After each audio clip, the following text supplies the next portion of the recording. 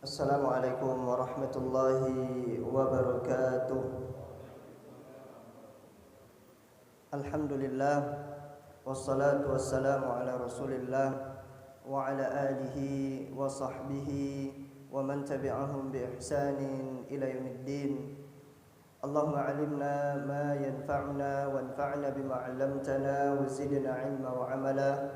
Allahumma faqihna fid din wa 'allimna at-ta'wil. Allahumma ya mu'allima Adam wa Ibrahim 'allimna wa ya mufahima Sulaiman fahimna. Bapak-bapak sekalian rahimani wa rahimakumullah, kita lanjutkan kembali membahas satu kitab yang berbicara tentang efek atau dampak dari perbuatan dosa terhadap kehidupan seorang hamba. Dan kita terhenti sebelumnya di dampak dosa yang keenam, yaitu maksiat membuahkan kehinaan, dan ini pasti terjadi. Orang yang bermaksiat kepada Allah Subhanahu wa taala pasti akan hina. Karena kemuliaan itu letaknya pada ketaatan kepada Allah Subhanahu wa taala. Jadi artinya di sini adalah kalau ingin hina, lakukan maksiat. Kalau ingin mendapatkan kemuliaan, maka lakukan ketaatan kepada Allah Subhanahu wa taala. Dan bagaimanapun cara seorang pelaku maksiat ingin tampak mulia di hadapan manusia, maka dia tetap dalam keadaan hina. Dia pelaku maksiat, kalau di hadapan manusia itu ingin dia menampakkan kalau dia ini mulia, tetap tidak bisa. Pasti akan Allah hinakan. Oleh karenanya Allah Subhanahu wa taala berfirman, "Man kana yuridul izzata falillahil izzatu jami'an." Siapa yang menginginkan kemuliaan, maka semua kemuliaan itu milik Allah. Dan kemuliaan tidak akan pernah kita dapatkan pada kemaksiatan kepada Allah Subhanahu wa taala. Dan barang siapa yang tidak merasakan kemuliaan dengan melakukan ketaatan kepada Allah Subhanahu wa taala, maka dia akan selalu dalam keadaan hina. Dia tidak ingin menjadi mulia pada ketaatan, tapi dia ingin mulia pada kemaksiatan. Ini tidak bisa. Ini kontradiksi. Ini bertentangan. Oleh karenanya Al-Hasan Al-Basri rahimahullah ta'ala, beliau mengatakan, ini juga sudah kita sampaikan sebelumnya, meskipun hentakan kaki hewan tunggangan mereka mengeluarkan suara gemericing. Kalau sekarang ini saya contohkan sebelumnya apa? Seperti mobil Lamborghini atau Ferrari. Luar biasa bunyi knalpotnya. Dan kendaraan mereka itu berlari kencang. Mungkin cc motornya, mobilnya luar biasa. Secara zahir itu luar biasa. Dia kaya, dia banyak duit, suara kendaraannya luar biasa. Namun kehinaan maksiat tidak akan meninggalkan hati-hati mereka. Tetap walaupun zahirnya itu luar biasa, ingin kelihatan mulia, tapi tetap kemaksiatan tidak akan meninggalkan hati-hati mereka. Dan Allah tidak mau, Allah enggan, kecuali Allah akan menghinakan siapa saja yang bermaksiat kepada Allah. Jadi kalau kita banyak harta, lihat diri kita, apakah semakin dekat kepada Allah atau semakin jauh. Ternyata na'udzubillah min dzalik, kita punya banyak harta namun semakin jauh dari Allah, maka ketahui harta yang engkau miliki itu bukanlah suatu kemuliaan, tidak. Dan di antara doa para ulama salaf, mereka mengatakan, Allahumma a'izzani bi ta'atika. Ya Allah, muliakan aku dengan ketaatan kepadamu.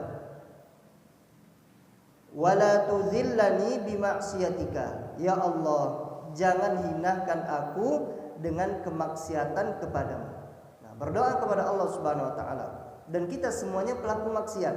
Tidak ada yang maksum. Tidak ada yang terjaga dari perbuatan dosa. Semuanya melakukan dosa, dan itu pasti melakukan dosa kita. Tapi tetap kita minta tolong kepada Allah Subhanahu wa taala agar Allah mematikan kita dalam keadaan mati yang baik, yaitu husnul khatimah. Dan kehinaan dan kerendahan itu akan tampak pada lembaran-lembaran wajah. Karena maksiat itu memberikan efek, memberikan memberikan jejak pada wajah seorang hamba. Dan itu kelihatan, tidak bisa disembunyikan. Nah, mungkin dia sudah pakai skincare, nah, kalau yang perempuan pakai make up, sudah pakai ini, pakai itu, tetap ada sisa maksiat itu pada wajah seorang hamba. Nah, ada asarnya, ada jejak yang ditinggalkan pada wajahnya. Oleh karenanya berkata Khattab Ibnul Abid, beliau mengatakan, sungguh ada seorang hamba yang berbuat dosa antara dia dengan Allah, berbuat maksiat, mungkin di kamarnya, di rumahnya, tidak ada orang kecuali hanya ada Allah dengan dirinya. Fayaji'u ila ikhwanihi, lantas dia berjumpa dengan kawan-kawannya.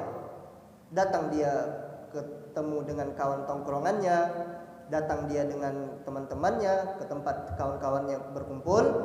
Faya'rifuna dzalika fi wajhihi, sehingga kawannya semuanya tahu kalau dia ini habis melakukan kemaksiatan. Dia itu telah melakukan kemaksiatan kepada Allah Subhanahu wa taala, dan itu kelihatan pada wajah seorang hamba. Poin yang ketujuh, dampak dosa yang ketujuh adalah, ini juga sudah kita ambil sebelumnya, bahwasannya dosa-dosa di antara sebab paling efektif yang mendatangkan kecemasan, kesedihan, dan sempitnya hati. Ini dampak dari perbuatan dosa. Paling efektif, paling manjur. Kalau kita ingin galau, ingin sempit hati, lakukan maksiat. Dan itu pasti terjadi. Tidak ada orang yang melakukan kemaksiatan hidupnya bahagia, hatinya lapang, hatinya tidak sumpah, nggak ada. Nah, pasti pelaku dosa, pelaku kemaksiatan, dia akan mendapatkan hatinya itu sumpah, galau, sedih. Dan terkadang seorang hamba dia itu tidak sadar, apa ya yang membuat hati saya ini sempit? Nggak ada masalah sama istri, nggak ada masalah sama orang lain, kok tiba-tiba sempit? Nah, maka ketahuilah bahwasanya itu sebabnya adalah perbuatan dosa yang dia kerjakan. Maka orang yang berpaling dari Allah, dia akan mendapatkan kesempitan hidup sesuai dengan berpalingnya dia dari Allah. Dan itu berbanding lurus. Kalau 80% dia berpaling dari Allah, maka 80% juga sempit hatinya. Nah, itu contohnya. Meskipun selama hidup di dunia dia mendapatkan kenikmatan bi asnafin ni'am, dengan berbagai macam kenikmatan. Nah, banyak nikmat yang Allah berikan kepadanya. Mungkin istrinya 4, mobilnya banyak, nah, mereknya itu yang luar negeri semua, Masya Allah. Nah, tapi apa? Karena dia melakukan perbuatan dosa, maka hidupnya tetap akan sempit. Allah jadikan hidupnya sempit. Dan ini berbanding lurus. Dan Allah memberikan taufik kepada orang yang menerangi mata hatinya untuk mengetahui hal-hal yang membuat hidupnya itu keruh. Nah, ini Allah memberikan taufik kepadanya. Nah, kepada orang yang dia itu sibuk dengan nengok apa yang membuat hidup saya ini sempit, apa yang membuat hidup saya ini sedih, gundah gulana, apa sebabnya. Nah, orang yang seperti ini kesibukannya, maka Allah telah memberikan taufik kepadanya. Berkata Ibnul Jauzi rahimallahu taala, "Ma nazalat bihi afatun aw ghammun aw dhiqu sadrin illa bizalalin a'rifuhu." Tidaklah aku ditimpa satu keburukan, atau kesedihan atau sempitnya hati, kecuali sebabnya adalah dosa yang aku lakukan. Nah, ini. Jadi beliau tahu, kalau aku ditimpa kesedihan, kesulitan, sempitnya hati, sebabnya adalah perbuatan dosa. Hatta yumkinani an aqul, sampai-sampai memungkinkan untukku berkata, tatkala Imam Ibnul Jauzi beliau ditimpa satu kesusahan, beliau mengatakan hadza bisyai'il fulani, hal ini terjadi karena hal itu. Maksudnya apa? Sedihku ini, sempit hatiku ini terjadi sebab dosa itu. Nah, dia tahu dosanya. Dan aku tahu betul setelah hal itu terjadi karena aku melihat hukuman terhadap diriku. Fayambaghi lil insan, kata beliau, maka seharusnya bagi seseorang ayataraqqaba jazaa'a dzunub, untuk memperhatikan balasan dari dosa-dosa. Karena sangat sedikit orang yang selamat dari perbuatan dosa. Maka hendaknya bersungguh-sungguh dalam bertaubat. Nah, ini pernah saya sampaikan sebelumnya.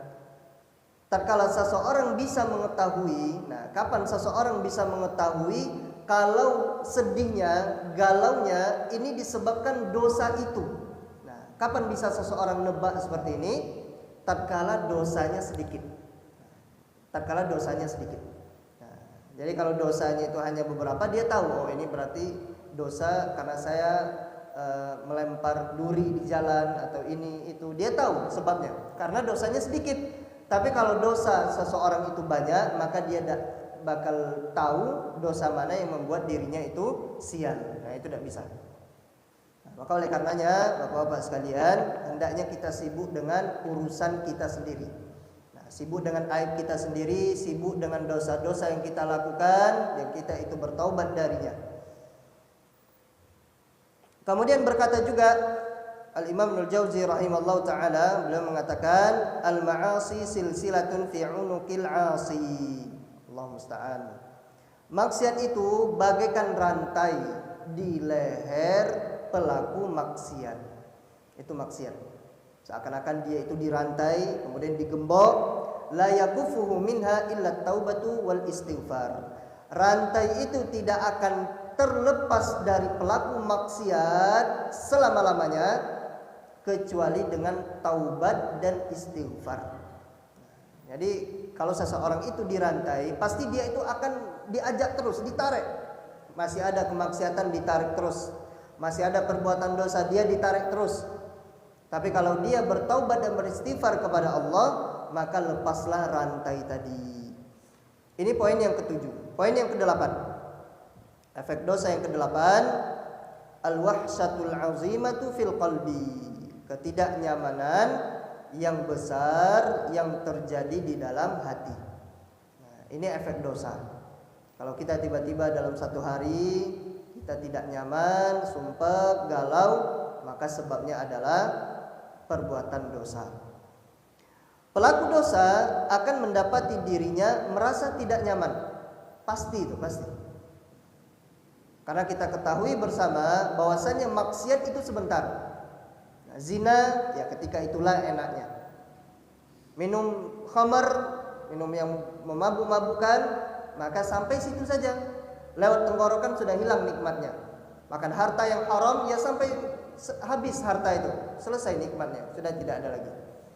Nah, ini pasti didapatkan oleh pelaku maksiat, tidak nyaman setelah melakukan kemaksiatan. Ketidaknyamanan terjadi antara dia dan Allah, dan antara makhluk dan antara dirinya. Nah, jadi kemaksiatan yang dia lakukan membuahkan ketidaknyamanan. Dan ketidaknyamanan ini terjadi antara dia dengan Allah dan antara dia dengan manusia.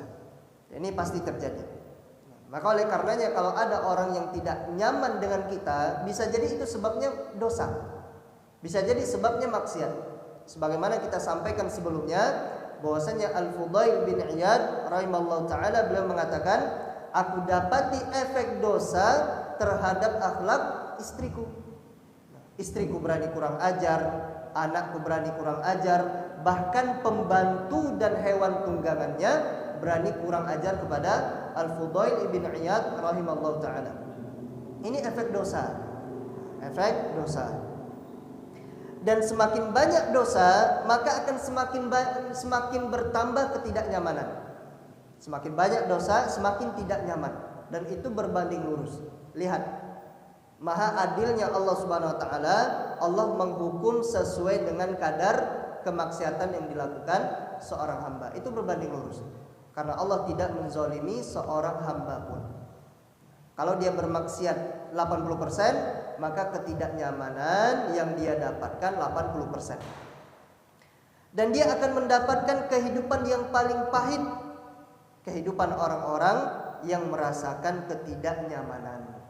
Nah, ini sebabnya apa? Sebabnya adalah dosa dan maksiat. Kemudian disebutkan wa atyabul 'aishi 'aishul musta'nisin. Kehidupan yang paling menyenangkan adalah kehidupan orang-orang yang merasakan kenyamanan. Ini kehidupan yang paling baik. Harta dia sedikit, cukup untuk makan hari itu, kendaraannya mungkin tidak ada, akan tetapi apa? Dia bahagia, hidupnya nyaman. Dan tentunya kita minta kepada Allah Subhanahu wa taala harta banyak dan kehidupan yang nyaman. Ini tentunya yang lebih utama. Karena tidak tercela seorang hamba dia itu ingin menjadi seorang yang kaya, tidak tercela. Bahkan di perang itu Amr bin As diperintahkan oleh Nabi SAW, kalau engkau perang niatkan untuk dapat harta rampasan perang, ghanimah. Nah, tujuannya itu. Nah, carilah itu kata Nabi SAW. Kata sahabat ini apa? Ya Rasulullah, saya berperang bukan untuk harta, saya berperang ikhlas untuk Allah Subhanahu Wa Taala. Apa kata Nabi SAW? Bahwasannya harta yang baik itu yaitu harta yang dimiliki oleh seseorang yang soleh. Jadi tidak tercela kalau seandainya kita ingin menjadi orang yang kaya dan bertakwa. Jangan lupa takwanya. Kemudian disebutkan di dalam ungkapan penyair, fa in kunta aw hasadka dzunub fad'ha idza syi'ta wasta'nas. Jika engkau merasa galau sebab dosa-dosa, hidupmu sempit, sedih terus, banyak masalah dalam rumah tangga, fada'ha, maka tinggalkanlah dosa-dosa itu idza syi'ta, dan itu kalau engkau mau. Nah, kalau pengen hidup nyaman ya tinggalkan dosa. Kalau engkau tidak mau ya silakan lakukan dosa. Nah, maka tinggalkanlah dosa-dosa itu, wasta'nas, dan rasakanlah kenyamanan, atau wasta'nis, dan rasakanlah kenyamanan. Dan rahasia dalam masalah ini Bapak-bapak sekalian, kenapa dosa itu menyebabkan ketidaknyamanan hati? Nah, apa sebenarnya yang ada di dalam masalah ini? Kemudian disebutkan bahwasannya ketaatan tujibul qurba minar rabbi. Bahwasannya perbuatan ketaatan menyebabkan dekatnya seseorang dengan Allah. Nah, ini sebab ketaatan. Wa kullama staddal qurbu qawiyal unsu. Semakin dekat seseorang kepada Allah, maka akan semakin besar kenyamanan. Semakin besar kenyamanan. Dan maksiat tujibul bu'da 'ani Rabbi subhanahu. Sedangkan maksiat itu menyebabkan seseorang jauh dari Allah. Semakin seseorang itu semakin jauh dari Allah Subhanahu wa taala, qawiyatil wahsyatu, maka semakin besarlah ketidaknyamanan. Nah, maka lihat diri kita, kalau seandainya ada galau, ada sedih terus, maka ingat itu bisa jadi sebabnya adalah perbuatan dosa yang kita kerjakan. Dan Allah Subhanahu wa taala berfirman, "Wa man a'rada 'an dzikri fa inna lahu ma'isyatan dhanka." Ini disebutkan di dalam surat Thaha ayat 124. Barang siapa yang berpaling dari Allah, maka dia adalah pelaku maksiat, maka baginya kehidupan yang sempit. Maka kehidupan baginya adalah kehidupan yang sempit. Dan ini pasti terjadi. Berkata Ibnu Katsir rahimallahu taala, fid dunya, kehidupan yang sempit di dunia, fala tuma'ninata lahu, maka tidak ada ketenangan untuknya. Apa gunanya hidup kita ini lagi? Tatkala kita hidup, kita tapi tidak tenang. Gundah gulana, sedih, sumpek terus. Maka Ibnu Katsir menyebutkan apa? Maka baginya kehidupan yang sempit. Apa maksudnya kehidupan yang sempit? Hidupnya di dunia tidak tenang. Dan tidak ada kelapangan dalam hatinya. Bahkan hatinya itu sempit dan sesak karena kesesatan yang dia lakukan, karena dosa yang dia lakukan. Nah, di sini disebutkan meskipun secara kasat mata dia mendapatkan kenikmatan, punya mobil banyak tadi, kemudian punya harta luar biasa, zahirnya itu luar biasa, wala bisa masya'a wa akala masya'a wa sakana haitsu sya'a. Dia bisa pakai pakaian apa saja, dia bisa makan apa saja, dan dia bisa tinggal di mana saja. Banyak duitnya, zahirnya luar biasa. Kalau pergi Jakarta ada tempat tinggalnya, rumahnya di situ bertingkat. Pergi Palembang ada rumahnya. Nah, pergi ke Lampung ada rumahnya, pergi ke Riau, pergi ke sana ada. Pengen makan tinggal pesan. Nah, dan itu tidak ada dia nengok harga, langsung pesan saja. Nah, zahirnya luar biasa. Akan tetapi apa? Akan tetapi maka hatinya selama belum terbebas menuju yakin dan hidayah, maka hati itu dalam kecemasan dan kebingungan dan dalam keraguan-raguan. Selama dia hidupnya masih tidak tenang, tidak nyaman, maka hatinya tidak akan mendapatkan kehidupan yang Allah ridhai. Kemudian yang kesembilan,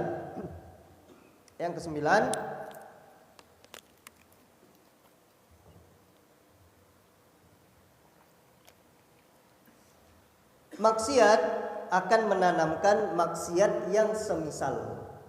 Maksiat akan menanam maksiat yang semisal. Dan sebagian maksiat akan melahirkan sebagian maksiat yang lainnya. Nah, kalau kita melakukan maksiat, pasti akan tumbuh maksiat yang lain. Kita melakukan satu dosa, akan lahir dosa yang lainnya. Sehingga sulit bagi seorang hamba untuk meninggalkan maksiat dan keluar dari maksiat itu. Sudah sulit. Kenapa? Karena banyaknya maksiat yang lahir. Satu dikerjakan, tumbuh satu lagi, dan itu pasti dikerjakan. Dia kerjakan terus. Akhirnya apa? Dia sulit meninggalkan maksiat dan terlepas dari belenggu maksiat. Itu sulit. Berkata sebagian salaf, inna min uqubati sayyi'ah as-sayyi'ata ba'daha. Beliau menyebutkan apa? Di antara hukuman maksiat adalah diberikan kemudahan untuk melakukan kemaksiatan yang setelahnya. Ini pasti. Satu, lakukan maksiat, akan lahir maksiat yang kedua, akan lahir maksiat ketiga, dan seterusnya. Ini efek dari hukuman maksiat. Ini dampaknya. Wa inna min thawabil hasanati al-hasanata ba'daha. Dan bentuk balasan dari kebaikan yang kita kerjakan, al-hasanata ba'daha, yaitu kebaikan yang lahir setelahnya. Nah, ini bentuk adilnya Allah Subhanahu wa taala. Satu ketaatan yang kita kerjakan akan lahir ketaatan berikutnya. Salat maghrib yang kita kerjakan akan lahir nanti salat isya yang akan kita kerjakan insyaallah. Kemudian akan lahir lagi salat malam, salat witir, dan akan lahir lagi salat subuh, dan seterusnya. Dan kita insyaallah akan selalu dibimbing oleh Allah Subhanahu wa taala. Nah, maka beda dampak dari perbuatan maksiat dan dampak dari perbuatan ketaatan. Maksiat lahir maksiat lagi, sedangkan ketaatan akan melahirkan ketaatan setelahnya. Wala yazalul 'abdu yu'ani ta'ah. Dan seorang hamba pasti terus-menerus merasakan capek karena ketaatan. Nah, dan ini pasti. Wa ya'lufuha, kemudian terbiasa dengannya. Capek, taat itu capek. Ini tidak kita pungkiri, pasti capek. Capek subuh, gerimis berangkat ke masjid. Nah, mungkin jalan kaki, tidak ada payung, tidak ada mobil, tapi tetap berangkat ke masjid. Badan meriang berangkat ke masjid. Tapi karena biasa, menjadi terbiasa. Nah, sudah menjadi rutinitasnya. Dan naik lagi tingkatnya, wa yuhibbuha, dan itu menjadikan dia tambah cinta, wa yu'thiruha, kemudian dia selalu mendahulukan ketaatan dibandingkan yang lainnya. Dia akan mendahulukan ketaatan dibandingkan yang lainnya. Maka oleh karenanya juga di antara adab ketika kita sudah mendengarkan azan apa itu, yaitu meninggalkan semua kegiatan kita. Nah, kalau seandainya sholatnya langsung dikerjakan. Nah, berbeda kalau kita di pondok itu azannya pada waktunya, kemudian nanti iqomahnya kira-kira 12.40 atau 12.45. Nah, ini boleh karena masih waktu yang sunnah, masih waktu yang diperbolehkan. Akan tetapi kalau di sebagian tempat setelah azan langsung sholat qobliyah, kemudian langsung sholat wajibnya, maka kita tinggalkan semua pekerjaan kita. Karena Aisyah radhiyallahu taala anha beliau mengatakan, Nabi SAW itu kebiasaannya di rumah beliau bantu istri-istri beliau. Beliau bekerja. Nah, berbeda dengan lelaki zaman ini, berbeda dengan suami zaman ini. Kalau kerja nyuruh istri terus, semuanya dia dikerjakan oleh istri. Tapi kalau Nabi SAW kata Aisyah, Nabi itu menambal embernya sendiri, kemudian menjahit pakaiannya yang robek sendiri, kemudian beliau juga menyambung sendalnya sendiri, Nabi nyapu rumah. Ini Nabi SAW. Tapi kata Aisyah radhiyallahu taala anha, ketika beliau mendengar azan, ka'annahu la ya'rifuna. Kalau sudah dengar azan, maka beliau keluar untuk sholat seakan-akan beliau tidak kenal lagi dengan kami. Nah, ini maka hendaknya dalam urusan ketaatan ini kita bersegera. Jamaah rahimani wa rahimakumullah. Kemudian disebutkan lagi di sini, hatta yursilallahu subhanahu bi rahmati alaihi malaikah. Sampai-sampai Allah Subhanahu wa taala mengutus dengan rahmat Allah kepada orang itu para malaikat. Para malaikat mengutus, Allah Subhanahu wa taala mengutus para malaikat kepada orang itu yang terbiasa dengan ketaatan, mendahulukan ketaatan daripada yang lainnya. Ta'uzzuhu ilaihi azza. Yang para malaikat itu mendorong orang itu untuk melakukan ketaatan, betul-betul mendorongnya. Bayangkan malaikat mendorongnya. Malaikat mendorongnya. Wala yazalu ya'lufu al-ma'siyata. Dan sebaliknya, seorang hamba yang terbiasa dengan maksiat, kemudian dia akan naik tingkatannya, dia cinta maksiat, dan naik lagi tingkatannya, dia akan mendahulukan maksiat daripada ketaatan. Nah, ini berbeda, pelaku ketaatan dan pelaku kemaksiatan. Kalau pelaku ketaatan tadi, dia biasakan menjadi terbiasa, kemudian dia semakin cinta dan mendahulukan ketaatan dibandingkan yang lainnya. Kalau pelaku kemaksiatan, dia lakukan sampai dia terbiasa dan sampai dia cinta kemaksiatan, dan akhirnya apa? Dia mendahulukan kemaksiatan dibandingkan ketaatan. Sampai-sampai Allah mengutus para setan kepadanya, fata'uzzuhu ilaihi azza, dan setan itu benar-benar mendorong orang ini untuk melakukan kemaksiatan. Na'udzubillahi min dzalik.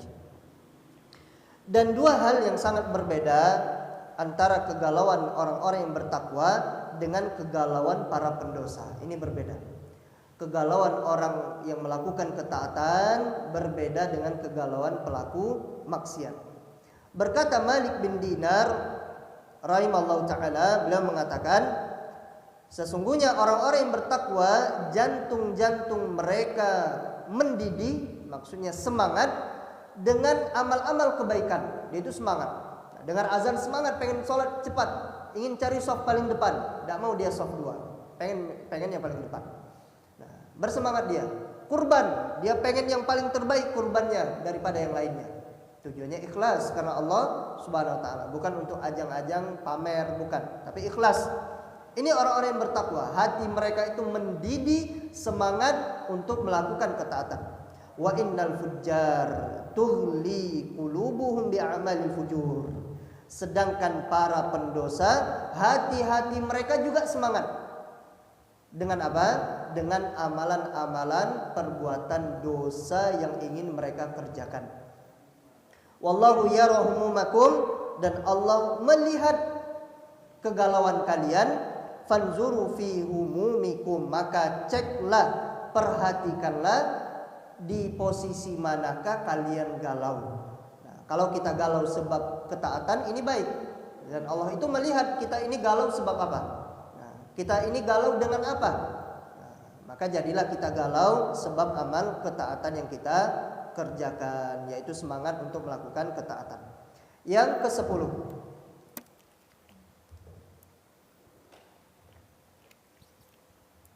dosa menghilangkan keberkahan umur. Dosa menghilangkan keberkahan umur dan keberkahan rizki. keberkahan ilmu dan keberkahan beramal dan keberkahan ketaatan. Ringkasnya apa? Maksiat itu adalah menghapuskan keberkahan agama dan dunia. Nah, ini ringkasnya. Poin yang ke-10 ini. Yaitu kemaksiatan bisa menghilangkan keberkahan agama dan dunianya. Fala tajidu aqalla barakatin fi umri wa dinihi wa dunyahu. Maka tidaklah Anda jumpai orang yang paling sedikit keberkahan umurnya, agamanya, dunianya dibandingkan orang yang bermaksiat kepada Allah.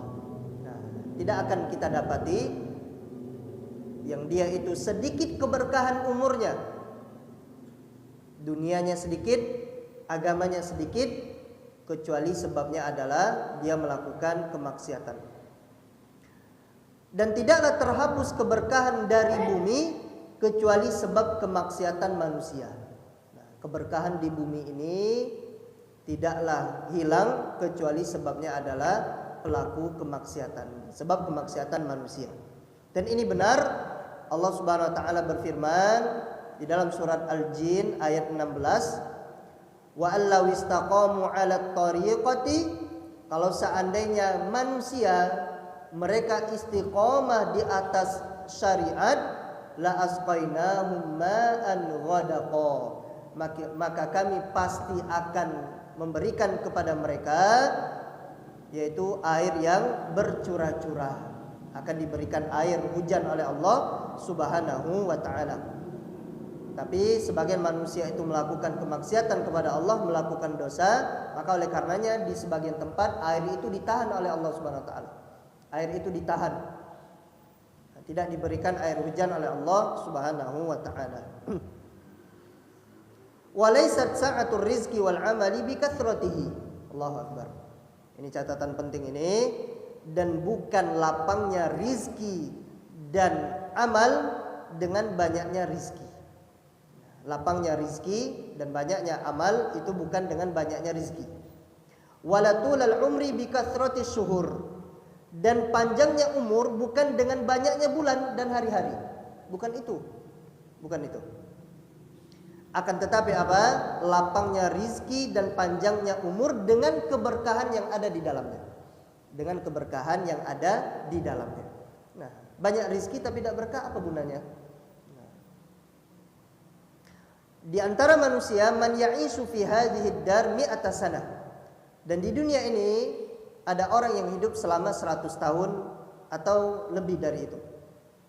Dan ternyata umurnya itu yang sebenarnya adalah tidak sampai 10 tahun atau yang semisalnya. Dia hidup 100 tahun, tapi umur yang asli itu yang sebenarnya tidak sampai 10 tahun. Nah, ini kan mengerikan ya. Kama anna minhum man yamlikul qanatir al-muqantara minadz dzahab wal fiddah. Demikian juga ada manusia yang memiliki berlimpah ruah emas dan perak, dan ternyata hartanya yang sebenarnya adalah tidak sampai 1000 dirham. Tidak sampai 1000 dirham. Demikian juga masalah pangkat dan ilmu. Nah, ini. Kalau seseorang berilmu tapi tidak diamalkan, tidak ada keberkahan padanya.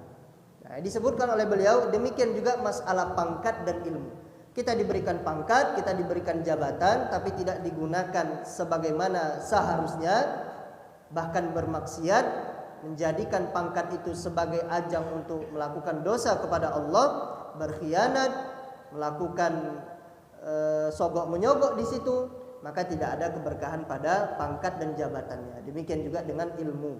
Demikian juga dengan ilmu. Bayangkan hidup 100 tahun, ternyata hakikatnya tidak sampai 10 tahun umurnya. Kenapa? Karena 90 tahun atau lebih banyak dari itu digunakan untuk melakukan kemaksiatan kepada Allah Subhanahu wa taala. Maka oleh karenanya di antara nasihat Ali bin Abi Thalib radhiyallahu taala anhu, apa kata beliau? Perbaiki apa yang bisa diperbaiki di akhir usiamu. Nah, yang lalu insya Allah kalau kita bertobat Allah ampuni. Nah, akan tetapi yang tersisa ini maka bersemangatlah, bersungguh-sungguhlah untuk beramal kebaikan kepada Allah Subhanahu wa taala. Kemudian yang ke-11,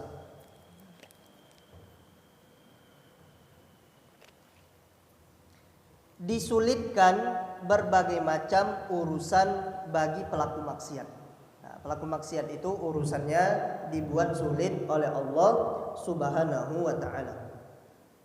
Fala yattajihu ila amrin illa wa yajiduhu mughlaqan dunahu aw muta'assiran alaihi. Maka tidaklah pelaku maksiat menuju satu urusan. Ada urusan yang mau dia kerjakan, baik itu urusan dunia atau urusan agama, kecuali urusan itu dia dapati dalam keadaan terkunci, sulit sudah, sehingga dia tidak dapat membukanya sama sekali atau sulit dia membukanya. Ini sebabnya adalah dosa. Satu urusan yang dibuat sulit oleh Allah Subhanahu wa taala sebabnya adalah perbuatan dosa dan maksiat. Nah, sulit sudah pakai ordal, orang dalam, sudah ada ininya, dekengannya, tetap tidak jebol. Nah, tetap sulit, duitnya banyak, nah, tapi dia tidak bisa melakukan urusan tersebut. Berkata Ibnul Jauzi rahimallahu taala, beliau mengatakan, "Daqabi amrun." Ada satu perkara yang membuat sempit dadaku. Sempit dadanya. Aujaba ghamman laziman daiman, yang menyebabkan kegelisahan yang melekat dan tidak hilang-hilang. Sempit, bayangkan kalau dada ini sudah sempit, hidup itu sudah tidak enak lagi, tidak nyaman sudah. Hartanya banyak tapi dadanya sempit sudah. Dan ini parahnya apa? Lengket di situ, nempel dalam hatinya itu, tidak bisa hilang-hilang. Akhadtu ubaligu fil fikri fil khalas, maka aku sungguh-sungguh berpikir untuk terbebas dari sempitnya hati ini. Bikulli hilatin wa bikulli wajhin, dengan segala daya dan segala bentuk. Semuanya dilakukan oleh Imam Ibnul Jauzi rahimallahu taala. Tidak didapati oleh beliau, sulit sudah. Fama raaitu tariqan lil khalas, aku tidak dapat menemukan satu jalan untuk terbebas dari kegalauan ini. Ini ngeri. Maka apa? Fa'aradat li hadhil ayah, maka tersodorkan padaku ayat berikut ini. Nah, apa? Wa may yattaqillaha yaj'al lahu makhraja wa yarzuqhu min haitsu la yahtasib. Ini disebutkan di dalam surat Thalaq ayat 2 dan 3. Kuncinya apa? Kalau urusan itu sulit, dada kita sempit, apa kata Allah? Barang siapa yang bertakwa kepada Allah, yaj'al lahu makhraja, maka Allah berikan kepadanya jalan keluar. Nah, bertakwa.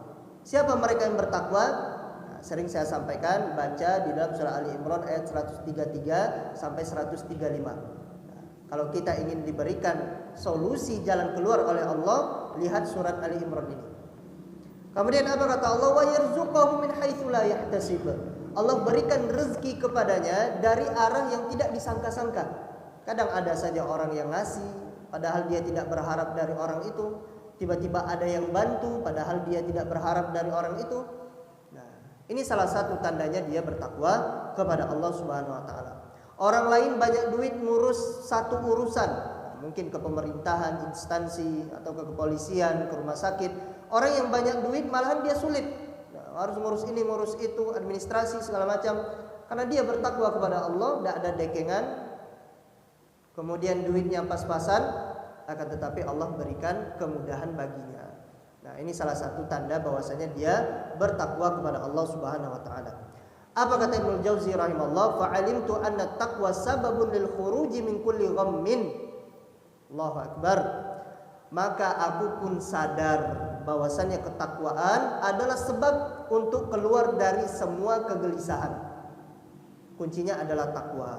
Famakana illa an hammamtu bi tahqiqit taqwa fawajadtul makhraj. Maka tidaklah yang terjadi setelah mendapatkan ayat tadi, wa may yattaqillaha yaj'al lahu makhraja. Apa kata beliau? Kecuali aku kefikiran untuk mewujudkan takwa pada diriku. Dia wujudkan takwa pada dirinya, maka keluarlah hasilnya. Apa hasilnya? Fawajadtul makhraj. Setelah itu aku pun mendapatkan jalan keluar. jalan keluar dari urusan yang sulit tadi. Maka kuncinya adalah bertakwa kepada Allah Subhanahu wa taala.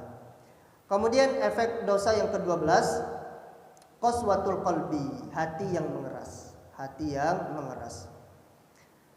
Dan tidaklah seorang hamba ditimpa satu hukuman yang lebih besar dibandingkan hati yang mengeras.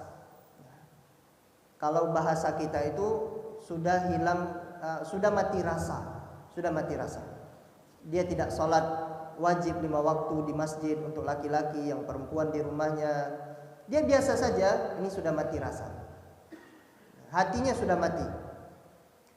Dan tidaklah seorang hamba ditimpa satu hukuman yang lebih besar daripada dia itu merasa jauh dari Allah Subhanahu wa taala. Dia menjauh dari Allah Subhanahu wa taala. Nah, dan sungguh Bapak-bapak sekalian, neraka itu diciptakan untuk membuat hati yang keras itu meleleh.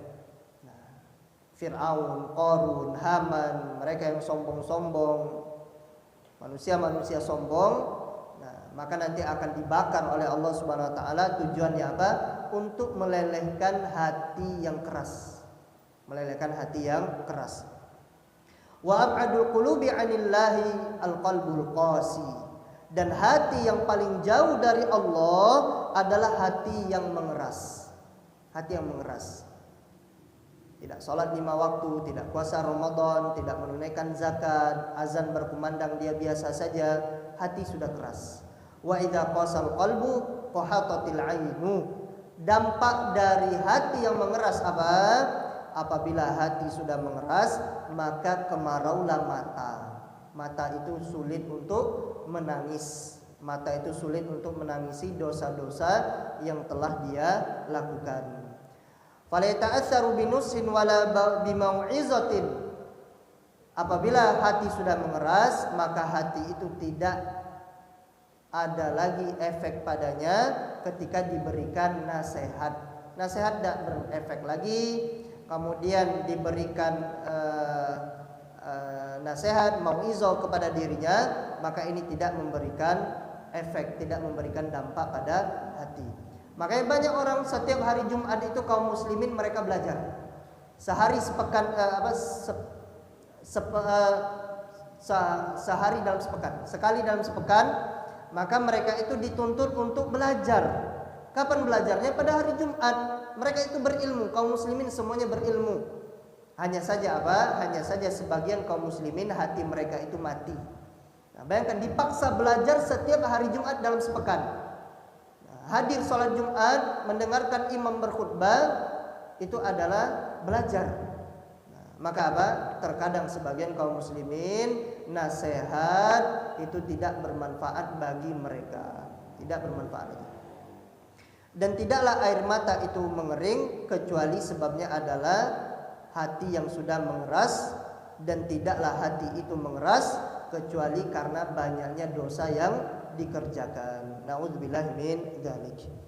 Dan para ulama telah mengingatkan tentang bahaya dari hati yang mengeras. Dan mereka para ulama sangat pandai memberikan resep obatnya. Ada resepnya. Nah, kalau makanan yang haram dan makanan yang syubhat itu semua dapat mengeraskan hati. Nah, ini yang bisa menyebabkan hati itu apa? Makanan yang haram, makanan yang syubhat, tidak jelas halal haramnya, itu semua dapat mengeraskan hati. Nah, dan para ulama ada resepnya, ada obatnya agar hati kita itu tidak mengeras. Berkata Imam Ahmad rahimahullah ta'ala ketika beliau ditanya, bima talinul qulub, wahai Imam Ahmad, hati itu bisa lembut, apa sebabnya? Apa sebab hati itu bisa lembut?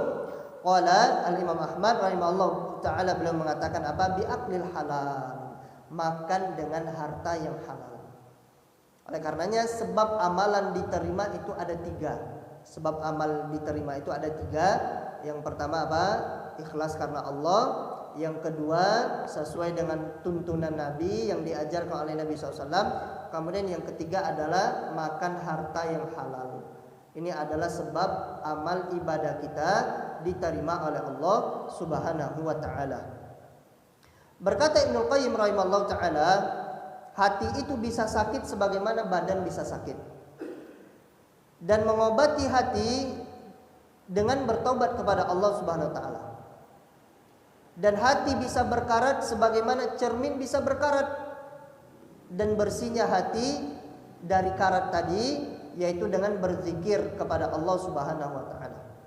Mohon maaf di sini bahasanya, dan hati itu telanjang sebagaimana badan itu bisa telanjang. Bisa seperti itu. Wazinatuhu taqwa, yang menjadikan pakaian untuk hati, kita pakaikan pakaian untuk hati ini yaitu dengan ketakwaan. Wa yaju'u wa yazma'u kama yaju'ul badan. Dan hati itu bisa lapar dan bisa haus sebagaimana badan bisa lapar dan bisa haus. Dan makanan hati dan minuman hati adalah mengenal Allah Subhanahu wa taala. Nah, jadi kita hadir di majelis ini secara tidak langsung kita sudah memberikan makanan untuk hati kita.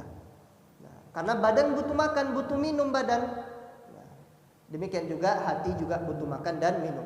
Dan makanan hati dan minumnya hati adalah dengan mengenal Allah dan bertawakal kepada Allah dan kembali kepada Allah Subhanahu wa taala, beristighfar kepada Allah, bertaubat kepada Allah. Fa iyyaka wal ghaflah, maka waspadalah dengan kelalaian dari hal-hal yang menjadikan kehidupanmu yaitu kehidupan amman ja'ala li hayatika, maka waspadalah dari kelalaian dari zat yang menjadikan kehidupanmu menentukan ajal bagi kehidupanmu. Nah, jadi hati-hati dari lalai dari Allah Subhanahu wa taala yang telah menentukan ajal bagi kehidupanmu, yang telah menentukan batas waktu untuk hari-harimu dan nafas-nafasmu.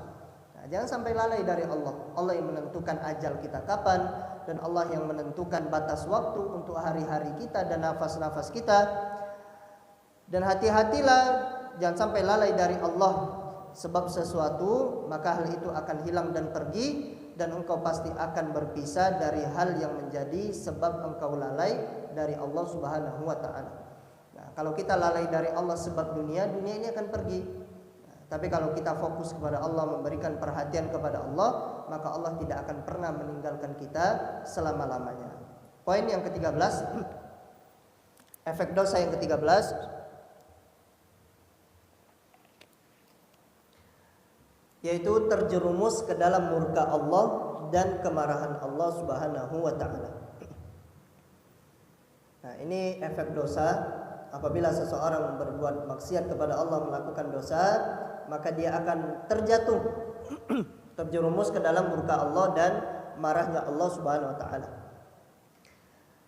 Maka barang siapa yang bermaksiat dan berpaling dari Allah, maka dia telah menyodorkan dirinya kepada azab. Dia, kalau biasanya kita nyodorkan makanan, nah ini kalau urusan dunia.